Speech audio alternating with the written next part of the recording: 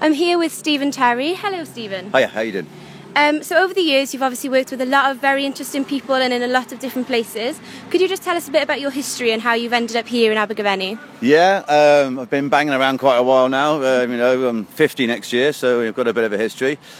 People that you know will be like Marco Pierre White, Gordon Ramsay, people like that, Jason Atherton. Some have worked for me, some I've worked for, some I've worked with.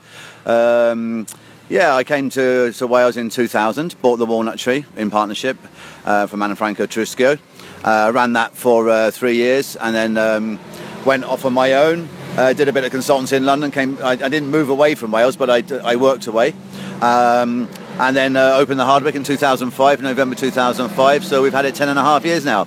So yeah, I mean, for me, came down to Wales in 2000 as a single man, and I've now got 3 children and a wife. So so I'm the only Englishman in a Welsh family.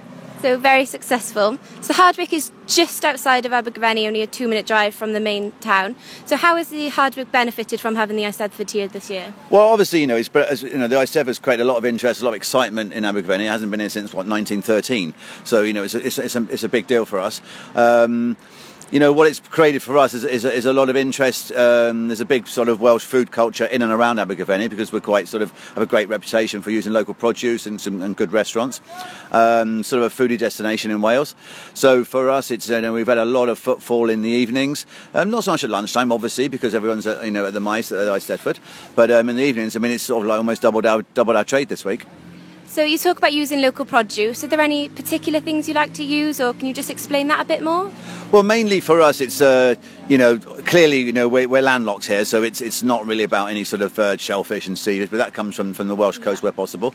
It's mainly like your pork, beef, chicken, all your sort of livestock. But then again, sort of amazing vegetables as well. Less fruit, but there's soft fruit season now, so there's lots of soft fruit, Tridelium Farm, amazing strawberries. It's incredible, really good. So we use as much as possible locally, and from there we source in a close European season, really. So we don't take anything that's too far away. So for us, it's all about it's sort of a close sort of European season and local where possible. So one of the big traditions of the Eisteddfod is that it moves somewhere different every year.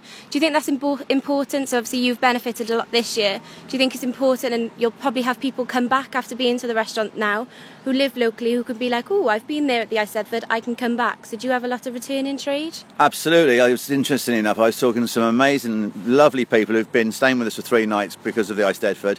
And I had a good chat with them this morning. They've eaten with us the last 3 evenings, and we'll definitely be back. They said themselves that we'll be back. A lot of people, there are lots of options when you come to something like this. You can camp, you can stay in B&Bs, or come to a restaurant with rooms like we are, or hotels. The people we've only got 8 rooms, so it wasn't easy to fill up. It wasn't hard to fill up, But the people that have stayed, are looking to have a repeat visit, and also more importantly, word of mouth. What they will go on and say to other people, and that's why it's so important that we deliver, a great product. Brilliant. Thank you very much, and have a good day. Thank you.